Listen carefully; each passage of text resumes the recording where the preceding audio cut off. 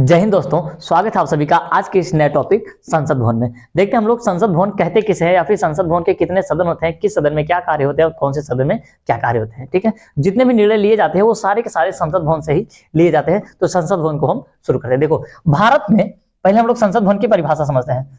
भारत में विधायिका को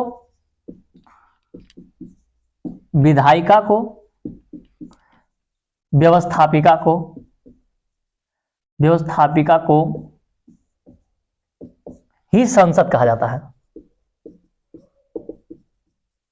किसको? तो भारत में विधायिका को और या फिर व्यवस्थापिका को क्या कहा जाता है? तो संसद। ये परिभाषा क्लास 9th में दी हुई है। ठीक है, किसे? तो विधायिका को और किसे? व्यवस्थापिका को ही क्या कहा जाता है? संसद भवन कहा जाता है। फिर अब बात आती है हमें संसद की आवश्यकता क्यों है, ये समझ लेते हैं। फिर उसके बाद हम क्या करते हैं, संसद के सदन वदन के बारे में चलते हैं। हमें संसद की आवश्यकता क्यों है? ठीक है, देखो परिभाषा यहां पर दी हुई है, दिया हुआ है कि भारत में विधायिका या व्यवस्थापिका को ही संसद कहा जाता है। विधायिका का काम केवल कानून बनाना ही नहीं है। क्या है? तो केवल कानून बनाना नहीं है, बल्कि इसके कुछ महत्वपूर्ण कार्यों में से एक काम यह भी है कि यह कानून को बनाती है। ठीक है, विधायिका का काम केवल कानून बनाना नहीं है, बल्कि महत्वपूर्ण कामों में से कुछ काम यह है कि वो क्या करती है? कानून का निर्माण करती है। ठीक है, आपने नाम सुना होगा, विधायिका, व्यवस्थापिका, कार्यपालिका, ये सारी चीजें। ठीक है, तो अब हम आगे बात करते हैं। ठीक है ना, देखो तो संसद, ये विधायिका का क्या कार्य होता था? विधायिका का काम केवल कानून बनाना नहीं, बल्कि कुछ जो महत्वपूर्ण कार्य है उसमें से एक कार्य है कानून बनाना। ठीक है, अब हम लोग चलते हैं संसद के सदन की तरफ। इधर तो संसद के सदन की ओर। देखो इतना समझ में आया ना, इसको बताते हैं। मीटर ना यार,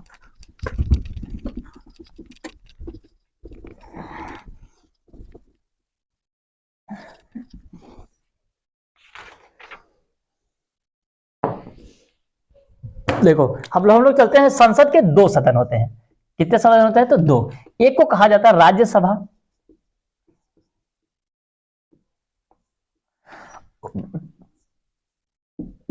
और एक को कहा जाता है लोकसभा।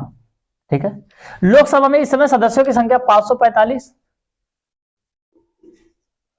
और राज्यसभा में सदस्यों की संख्या 245। इतना। ठीक है, उसके बाद तब क्या होता है? देखो, भारतीय क्या है, सदन में दो सदन है, जबकि जब किसी विधायिका में दो सदन होते हैं तो उसे द्विसदनात्मक विधायिका कहते हैं। विधायिका में दो सदन होते हैं उसे द्विसदनात्मक विधायिका कहते हैं। वो हम लोग अभी आगे बात करने वाले हैं। तो उसके बाद क्या कह रहा है, चलो हम लोग समझते हैं राज्यसभा का गठन।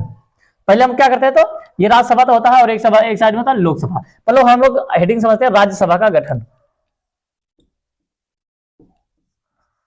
राज्यसभा का गठन क्लास 9th वाले अगर आप देख रहे हो तो बहुत अच्छी बात है। अगर आप किसी और क्लास से देख रहे हो तो भी क्या है, आप लोग के लिए बहुत ज्यादा क्या है, ये जरूरी है। ठीक है, राज्यसभा, अगर आप ग्रेजुएशन कर रहे हैं तो वहां पर सारा आपको पढ़ाए होंगे, राज्यसभा का गठन, लोकसभा का गठन, राज्यसभा के कार्य एवं शक्तियां, ये सारी चीजें ना। अब देखो दोस्त, हमारे यहाँ पर कोई ये टीवी तो है नहीं, इसके पीछे स्लाइड लगी हुई, हम ऐसे घिसका करके पीडीएफ ला करके उसी में से पढ़ के समझा देंगे आपको। ठीक है ना, इसीलिए थियरी हमारे यहाँ थोड़ी मुश्किल हो जाती है और इससे बढ़ाना थोड़ा सा क्या होता है, मुश्किल होता है। उम्मीद करेंगे फिर भी आपको समझ में आएगा।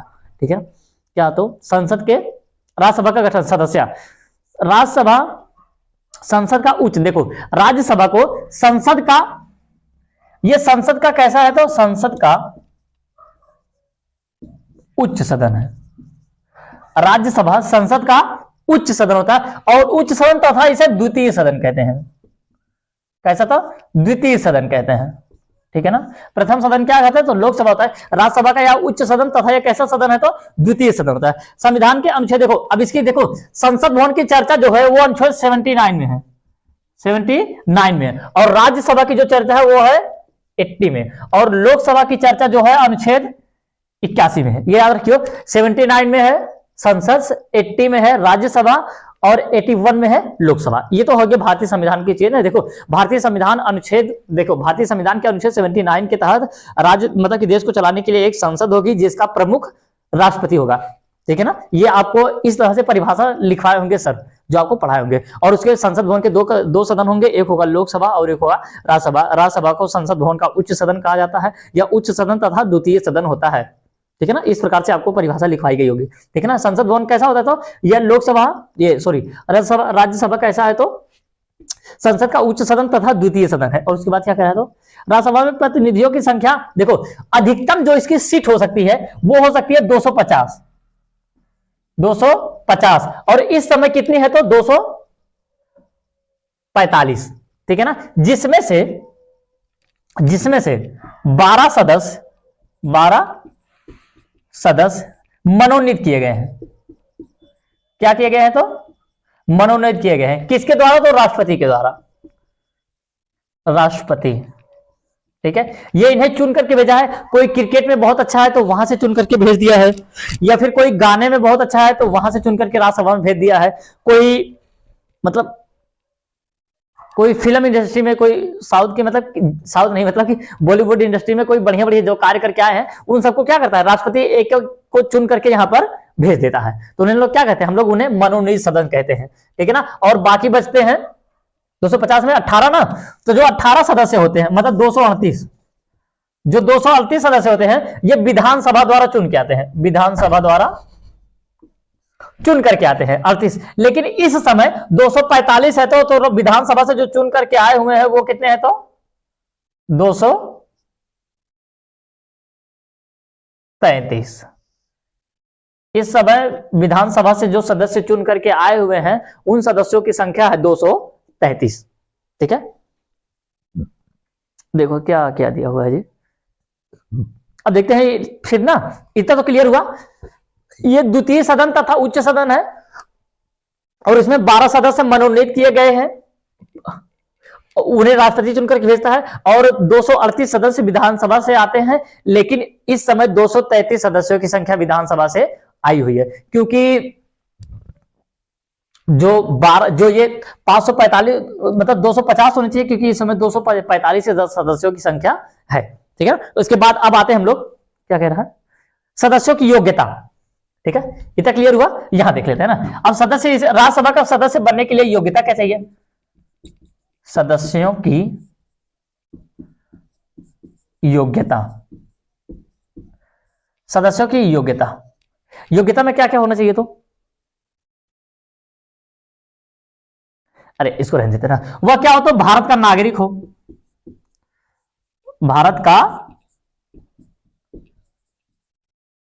नागरिक हो। ठीक है, और उसकी उम्र, उसकी आयु 30 वर्ष से कम ना हो, कम ना हो। और क्या हो सकता है, वह किसी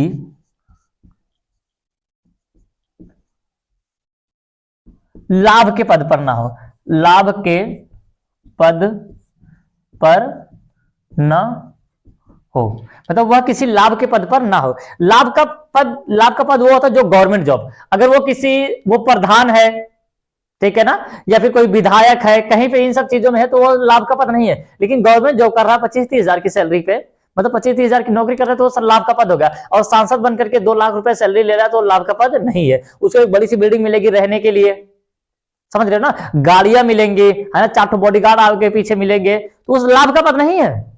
लेकिन 30 हजार की नौकरी किसी प्राइमरी स्कूल में पढ़ा रहा है, तो कैसा है, लाभ का पद है। अगर आप वहां पर हैं और सदस्य बनना चाहते हो, तो आपको छोड़ना होगा, समझ रहे हो ना, सदस्य लेने के लिए। अब ये कैसे कानून बनाने वाले लोग हैं, मतलब इस समय इसमें थोड़ा सा क्या होना चाहिए, सुधार तो होना ही चाहिए। वह किसी लाभ के पद पर ना हो। और अगला क्या हो सकता है, तो वह पागल दिवालिया ना हो, वह पागल ना हो, और वह दिवालिया भी ना हो,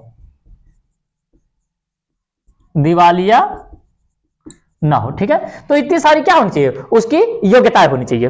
2 चीज याद रखियो, वह भारत का नागरिक तो रहेगा ही, नहीं तो कोई दूसरी थोड़ी जाएगा। वह किसी लाभ के पद पर ना हो, एक चीज यही पूछेगा, उसकी आयु 30 वर्ष होनी चाहिए। राज्यसभा का सदस्य बनने के लिए उसकी आयु कितनी होनी चाहिए, तो 30 वर्ष। ठीक है, तो ये हो गया राज्यसभा के सदस्यों का। ठीक है ना, ठीक है, अब उसके बाद आएगा तो निर्वाचन। ठीक है ना, इतना क्लियर हुआ, स्क्रीनशॉट ले लो। ठीक है,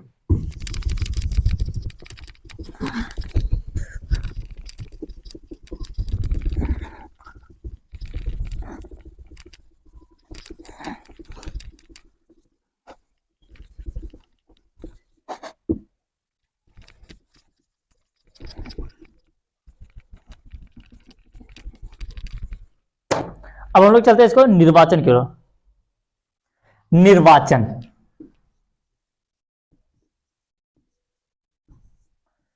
निर्वाचन में क्या होगा तो राज्यसभा के सदस्यों का निर्वाचन, राज्यसभा के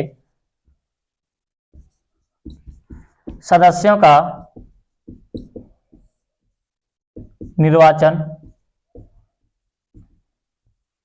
अप्रत्यक्ष रूप से होता है। कैसा होता है तो अप्रत्यक्ष रूप से होता है।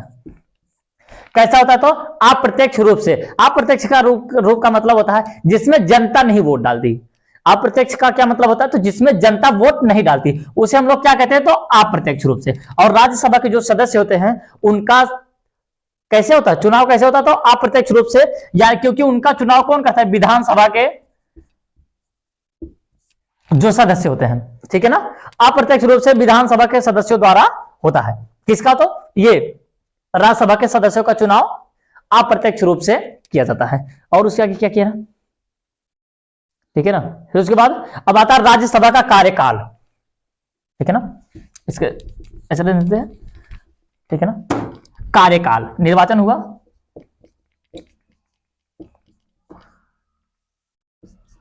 हमें तो पता ही नहीं था 9th क्लास में इतना अच्छा टॉपिक दिया हुआ, नहीं तो अब तक हम कहीं ना वीडियो बना के डाल चुके थे। क्या कह रहा तो राज्यसभा का कार्यकाल। देखो राज्यसभा एक अस्थायी सदन है, राज्यसभा एक अस्थायी सदन है, अस्थायी सदन है। अस्थायी सदन का मतलब होता है जो कभी भंग नहीं हो सकता। देखो लोकसभा जो होता है वो भंग हो जाता है क्योंकि इसका चुनाव एक ही बार में हो जाता है, लेकिन राज्यसभा कभी भंग नहीं हो सकता क्योंकि कह रहा है यह कैसा है, अस्थायी सदन है। इसलिए इसका जो कार्यकाल होता है वो 6 वर्ष का होता है। कैसा होता है तो 6 वर्ष का होता है, ठीक है। कितने वर्ष का होता है तो 6 वर्ष का। जबकि लोकसभा का कार्यकाल कितने वर्ष का होता है तो 5 वर्ष का होता है। जब इसका चुनाव 6 वर्ष का हो रहा है, मतलब इसकी टाइमिंग कितनी है 6 वर्ष, तो एक ही बार में इसका चुनाव नहीं होता। और इसका चुनाव 2 वर्ष, फिर 2 वर्ष, फिर 2 वर्ष पे क्या किया जाता है, करा लिया जाता है। कितने सदस्यों का तो 1/3। मतलब जैसे अगर 99 सदस्य हैं, 99 सदस्य हैं, तो 1/3 कितना होगा, 33 सदस्यों का चुनाव एक बार करवा लिया जाएगा। फिर भी सदन में बैठेंगे 66 सदस्य बचे रहेंगे। तो 66 सदस्य मिल करके क्या करेंगे, सरकार को चलाएंगे। फिर उसके बाद जब चुनाव हो जाएगा तो फिर से ये कितने हो जाएंगे, इसी में 33 आ जाएंगे, बराबर कितना हो जाएगा तो 99 लोगों का, ठीक है ना। इसीलिए ये कभी भी खत्म नहीं होता, क्योंकि आप देख लीजिए 3 हिस्सों में बांट दीजिए, 33 प्लस 33 प्लस 33। इधर चुनाव हो रहा है तो ये लोग काम कर रहे हैं, फिर ये इधर से घूम करके यहां आ जाएगा, फिर ये वाला काम करेगा तो इसका चुनाव हो जाएगा। मतलब आप समझ रहे हो ना। इसलिए 33 लोगों का मतलब कि 33% लोगों का चुनाव हो जाता है। इसलिए राज्यसभा कभी भी भंग नहीं होती। इसलिए इसको क्या कहा जाता है, अस्थायी सदन कहा जाता है। क्वेश्चन में आएगा कि मतलब कि कौन सा सदन, संसद का कौन सा सदन कभी भंग नहीं हो सकता, तो राज्यसभा। क्यों, क्योंकि इसका चुनाव 2 वर्ष पे, कितने वर्ष पे तो 2 वर्ष में 33%, 1/3 सदस्यों का चुनाव करवा लिया जाता है।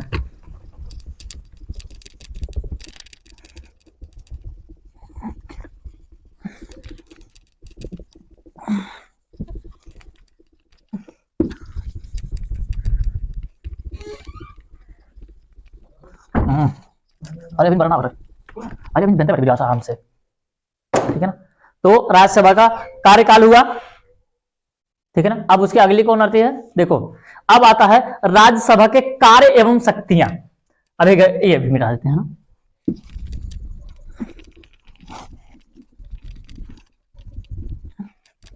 अब आता है राज्यसभा के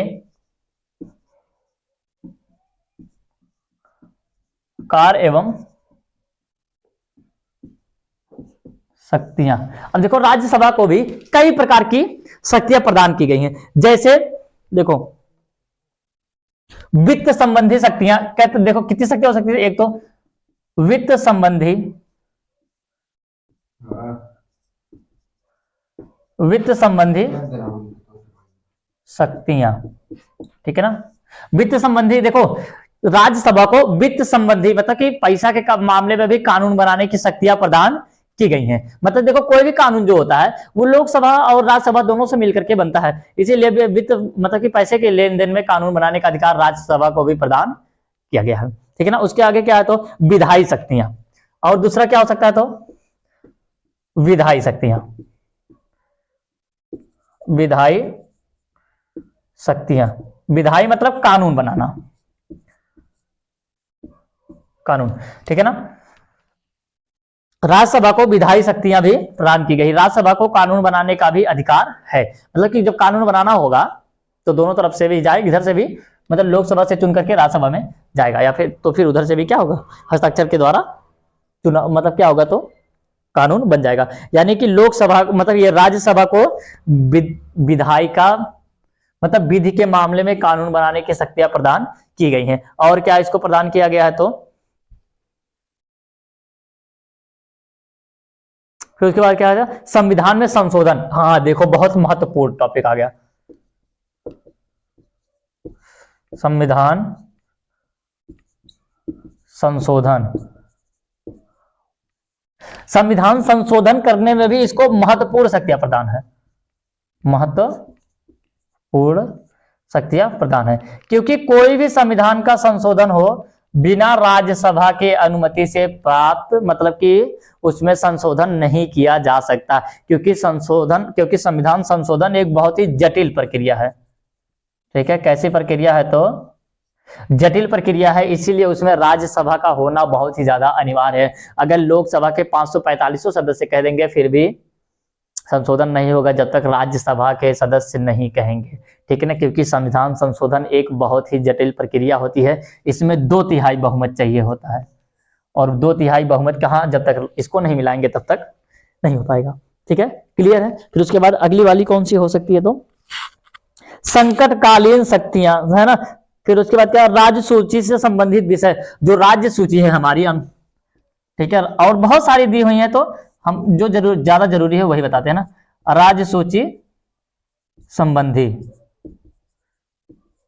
ठीक है ना। हम इससे पहले आपको पढ़ाए हुए थे ये अनुसूचियों के बारे में नहीं पढ़ाए थे, जो 12 अनुसूचियां उसमें अनुसूची 7 है जो है उसमें 3 प्रकार की सूचियां दी हुई ना, केंद्र सूची, केंद्र को मतलब संघ सूची, राज्य सूची और समवर्ती सूची, समवर्ती सूची। ठीक है ना, उसमें जो राज्य की सूची है उसमें भी कानून बनाने की शक्तियां इसको प्रदान की गई हैं, किसको तो राज्यसभा को। फिर उसके बाद कार्यपालिका संबंधी शक्तियां, और उसके बाद क्या आ जाएगा तो कार्यपालिका,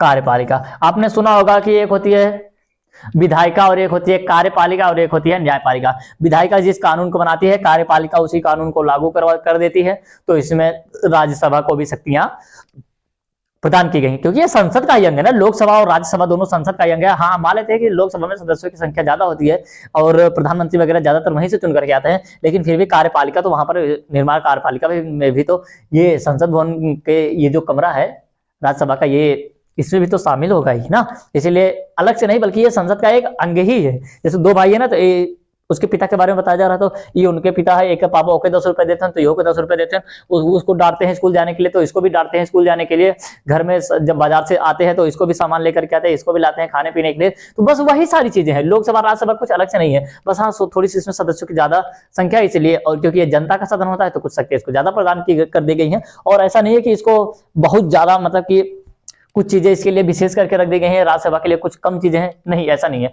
सब चीजों में राज्यसभा और लोकसभा दोनों बराबर है, बस हाँ लोकसभा को थोड़ी सी ज्यादा शक्ति दे दी गई है क्योंकि उसमें वो जनता का सदन होता है ना, क्योंकि जनता लोग उसमें डायरेक्टली वोट डालते हैं, इसीलिए उसको थोड़ी सी ज्यादा प्रदान है। ठीक है ना। फिर उसके बाद आता है न्यायिक शक्तियां, कौन सी तो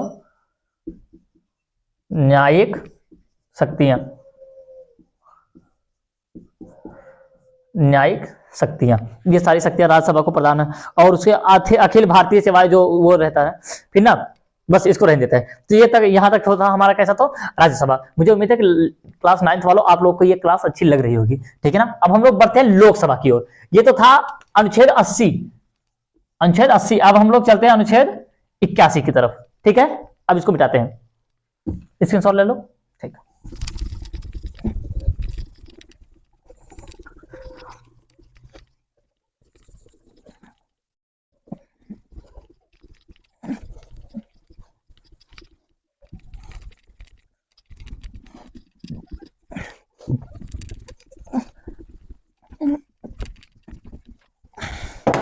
अब हम लोग चलते हैं लोकसभा की ओर।